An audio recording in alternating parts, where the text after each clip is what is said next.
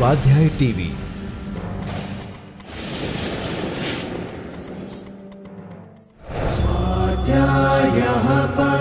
Doctor Baba Saheb Ambedkar open university.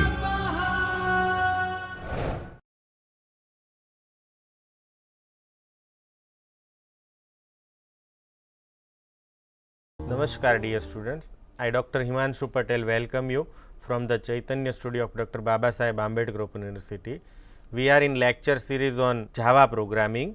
So, today we starts with history of Java. Foundation of Java was laid down by James Gosling, Patrick Norton, Chris Worth, Ed Frank and Mike Sheridan at Sun Microsystem Incorporation in 1991. It took 18 months to develop the first working version of Java. This language was initially called Awk, but was renamed Java in 1995. Sun Microsystem released the first version of Java in early 1996 and it was followed by version 1.02 a couple of months later. In 1998, Java 1.2 was released, which was renamed to Java 2 just after 3 days of its release. We know that Java is a programming language for internet, but somewhat surprisingly, the original motivation for Java was not the internet. Instead, the primary motivation was the need for a platform independent, that is architecture neutral language that could be used to create software to be embedded in various consumer electronic devices such as microwave oven and remote controls. As you can probably guess, many different types of CPUs are used as a controllers. The trouble with C and C++ and other languages is that they are designed to be compiled for a specific target. It means your program is runs on a particular CPU for which you write down your code. So, this was the problem with earlier programming language. Although it is possible to compile a C++ program for just about any type of CPU, to do so it requires full C++ compiler targeted for that CPU. It means we can have individual compilers for individual CPU. The problem is that compilers are expensive and time consuming to create, and it requires easier and more efficient cost effective solution. So, for that Java developer team began to work on a portable platform independent language that could be used to produce code that would run on variety of CPUs under differing environments. The problem can be only solved if we have one mechanism that can be run on any device. Now, these efforts ultimately leads to the creation of Java. So, this is the motivation for development of Java. Now, Java might have remained a useful but obscure language for programming consumer electronics. However, with the emergence of the World Wide Web, Java was boosted to the forefront of computer language design, because the web is also demanded portable programs. Now, internet consists of diverse distributed universe populated with many types of computers, operating system and CPUs. Even though many types of platforms are attached to internet, user would like them all to be able to run the same program. It means in internet we have multiple types of computers attached and they run on different operating system. So, user required to run all these program on different platform. You might think why Java is so successful and popular. So, we discuss why Java is so popular and successful.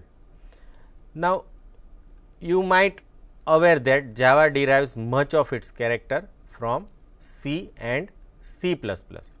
The Java designer knew that using the familiar syntax of C and the object oriented features of C++ would make their language appealing to the crowds of experienced C++ programmers. In addition to the surface similarity, Java also shares some of the other attributes that help make C and C++ successful. Now, what are those attributes? First, Java was designed, tested and refined by real working programmers. That means, Java itself is created by working programmers. Second attribute is that Java is cohesive and logically consistent, which also helps make it popular among Java programmers. And third reason is, except for those constraints imposed by internet environment, Java gives you full control. In other words, we can say Java is not a language with training wheels, it is a language for professional programmers. So, these are the reason why Java is so popular among community. Now, we might think that since Java is similar to C and C++, it may be upgraded version of C or C++. So, we try to understand how Java is differ from C and C++. Because of the similarity between Java and C++, one might think of Java as simply the internet version of C++. However, as I mentioned earlier, to do so would be a large mistake. There are significant difference which is practical and philosophical with C++. While it is true that Java was influenced by C++, it is not an enhanced version of C++. For example, Java is neither upwardly nor downwardly compatible with C++. It means you cannot run Java code directly into C++ or C++ code directly into Java. Of course, the similarity with C++ are significant, and if you are a C++ programmer, then you will feel right at home with Java. Another difference is Java was not designed to replace C++. Java was designed to solve a certain set of problems with C++. C++ was designed to solve a different set of problems. Specifically said, Java enhances and refines the object oriented paradigm used by C++. Thus, Java is not a language that exists in isolation, rather it is a part of an ongoing process begun by many years ago. These facts alone is enough to ensure Java a place in computer language history. Java is to internet programming what C was to system programming, a revolutionary force that changed the world. Now, you might think that how Java programs is portable and runs on multiple operating system and different CPUs. So, next we try to understand how Java provides platform independence. The key that allows Java to solve both the security and the portability problem is that the output of a Java compiler is not executable code, rather it is a bytecode. Now, you think what is bytecode? A bytecode is a highly optimized set of instructions designed to be executed by the Java runtime system, which is called the Java virtual machine. So, we have two keywords, one is bytecode and another is JVM. As I mentioned earlier, when you compile your Java program, it does not generate executable code as with the case with C or C++, rather it generates bytecode, and these bytecode is executed by Java virtual machine, which is a interpreter for Java. So, the JVM is an interpreter for bytecode. These may come as a bit of surprise, because as you know C++ is compiled to executable code, while Java is compiled to bytecode. In fact, most modern programming languages are designed to be compiled, not interpreted, mostly because of performance concerns, because generally interpreter are slow for execution, while compiler once generate executable code, it can be executed faster. However, the fact that a Java program is executed by the JVM helps resolve the major problems associated with downloading program over the internet. Now, why it is a secure? Because translating a Java program into bytecode helps make it much easier to run program in wide variety of environments. The reason is straightforward. Only the JVM needs to be implemented for each platform.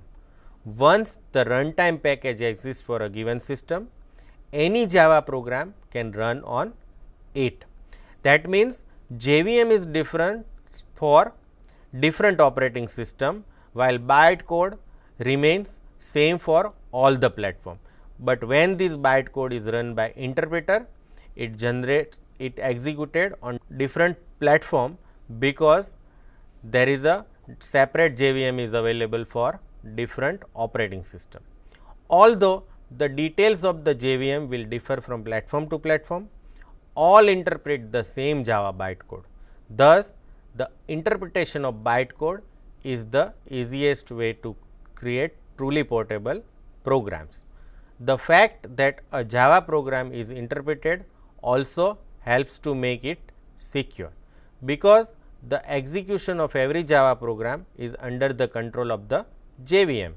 The JVM can contain the program and prevent it from generating side effects outside of the system.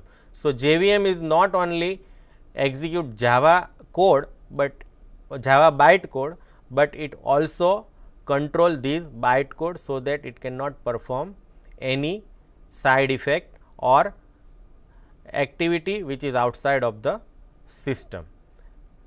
When a program is interpreted, it generally runs substantially slower than it would run if compiled to executable code.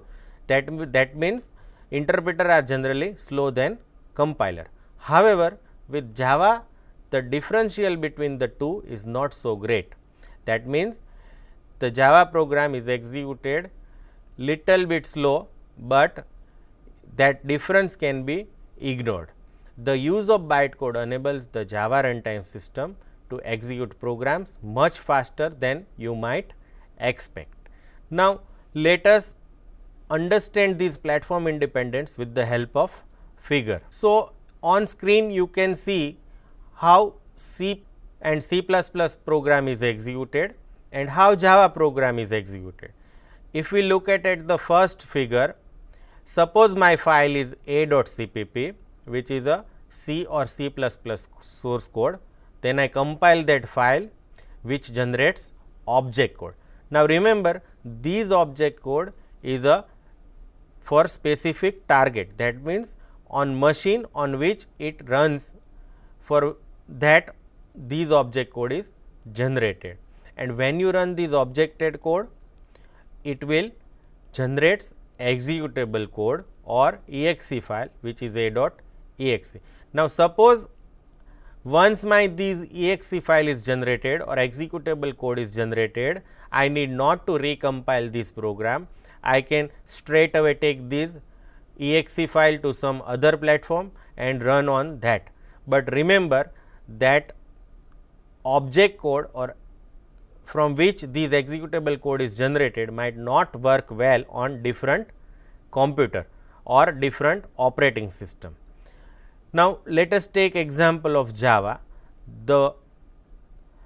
Our file is a.java, which is a Java source code or your program, and when you compile this program, it generates a class file, which is nothing but Java bytecode.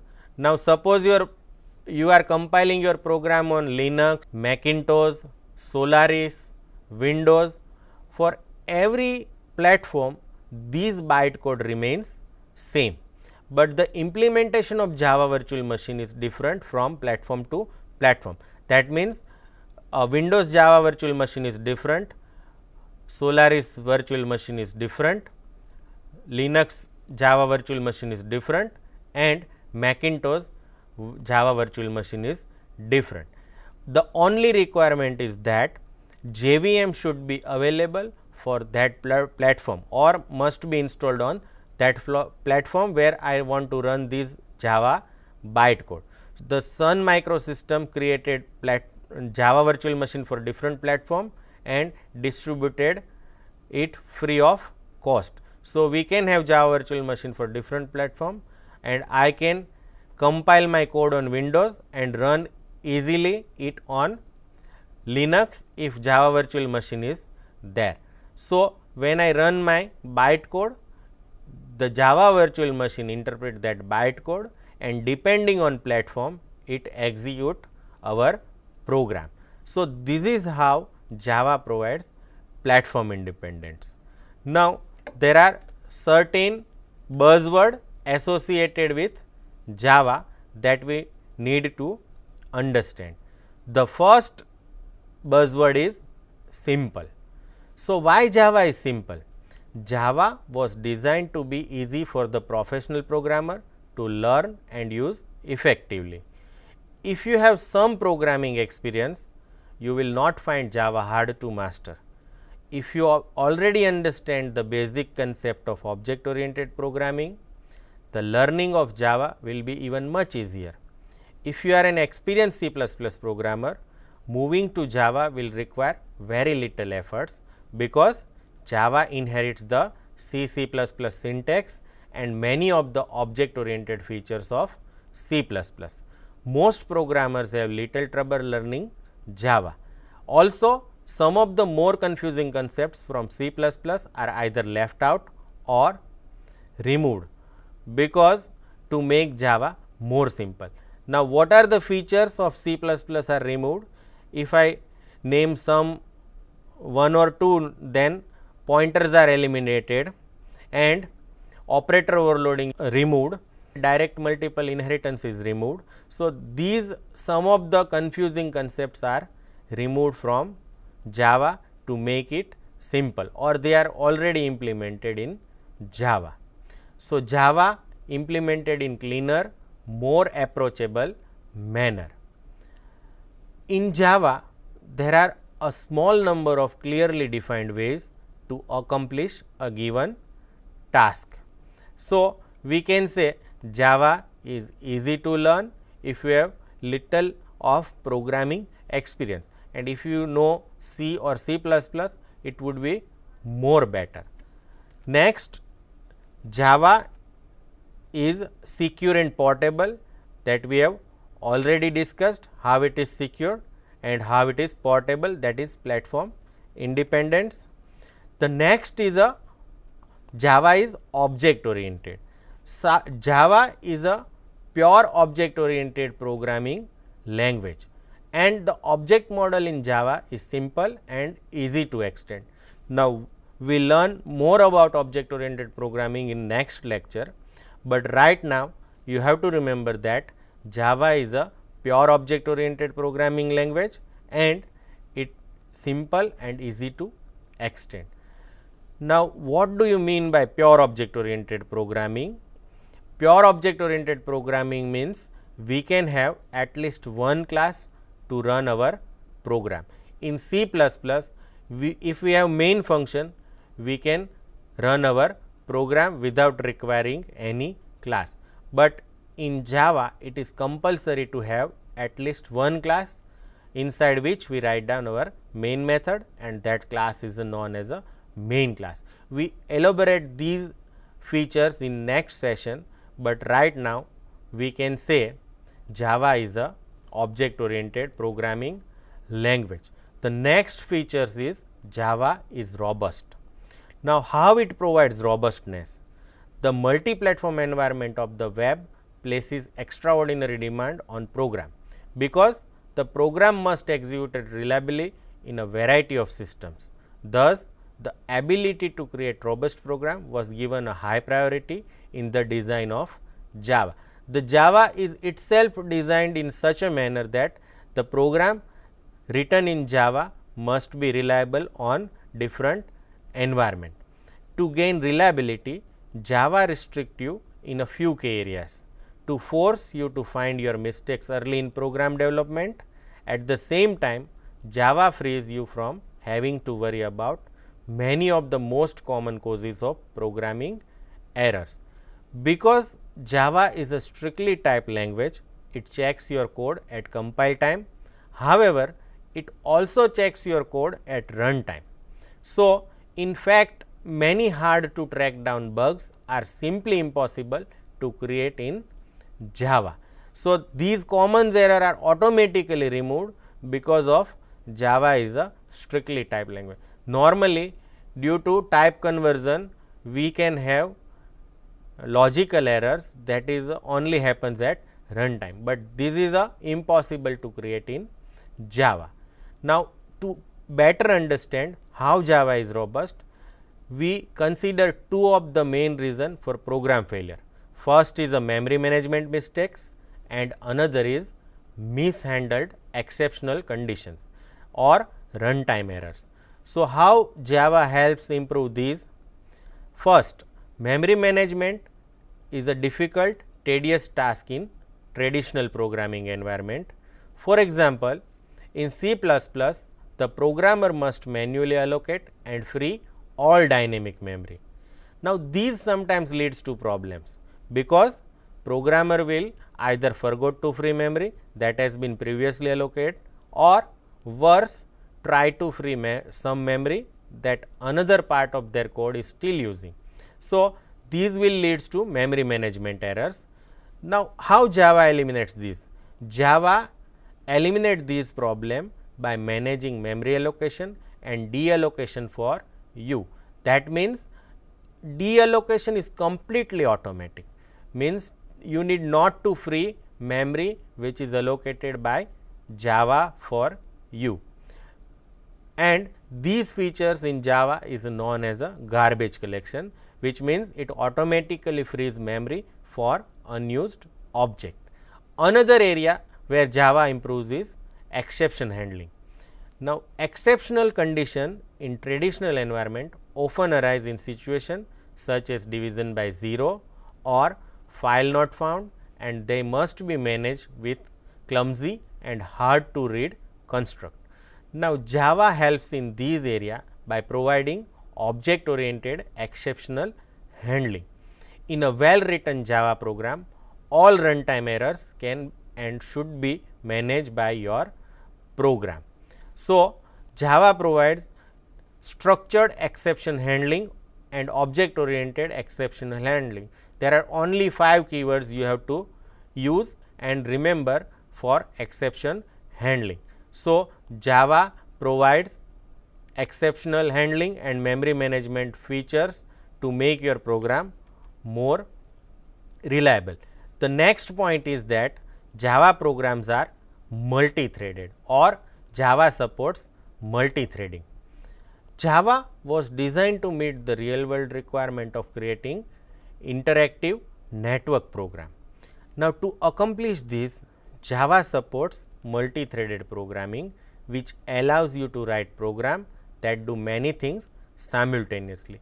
Now, let us take one example of our browser. In browser, we are surfing the net, we can download the music, we can watch the video, and we can have multiple tabs open. So, browser is a program which requires multiple windows to be run simultaneously and multiple process run simultaneously. So, Java supports these kind of programs. The Java runtime system comes with an elegant yet sophisticated solution for multi-process synchronization that enables you to construct smoothly running interactive system, so that your program does not suffer even if running or handling multiple activities. Java provides easy to use approach to multi-threading and allows you to think about the specific behavior of your program and not the multitasking subsystem. So, Java helps writing multi-threaded program where user can run multiple programs simultaneously. Next, Java is a architecture neutral. So, we discuss how it is a architecture neutral in platform independence. A central issue for the Java designer was that of code longevity and portability, and we discuss how it solves these kind of problem. So, we know that Java virtual machine make Java architecture neutral, and Java virtual machine is an attempt to provide goal write once and run anywhere, anytime, forever. To a great extent, this goal was accomplished by Java. The next is a Java is interpreted and high performance. We discussed that Java program is interpreted by Java virtual machine. So, it is interpreted. Now, Java enables the creation of cross-platform programs by compiling into an intermediate representation called Java bytecode, and these code can be interpreted on any system that provides a Java virtual machine. Now, Java provides a high performance by using a just-in-time compiler which is optimized to run bytecode. So, Java runtime system that provides these features lost none of the benefits of the platform independent code. Java is also called distributed because Java is designed for the distributed environment of the internet because it handles TCP/IP protocol. In fact, accessing a resource using URL is not much different from accessing a file. That means, you can access remote file in same manner as if you are opening file from local machine. Now, these allowed objects on two different computers to execute procedure remotely. Java revived these interface in a package called remote method invocation, in short RMI. This feature brings the high level of abstraction to client server programming. Java is also considered dynamic. Now, Java program carry with them substantial amount of runtime type information that is used to verify and resolve access to object at runtime. Now, these make it possible to dynamically link code in a safe and expedient manner. This is a crucial to the robustness of the applet environment, in which small fragment of bytecode may be dynamically updated on a running system. So, these are the buzzwords associated with Java. Now, let us summarize what we have learned today in this session. Today's session, we have learned how and why Java came about and what make it so important.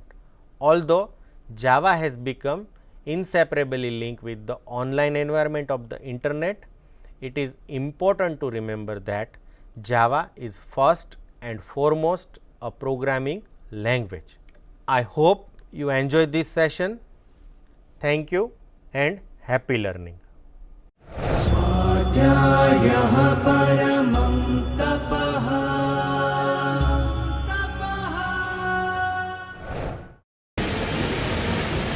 स्वाध्याय TV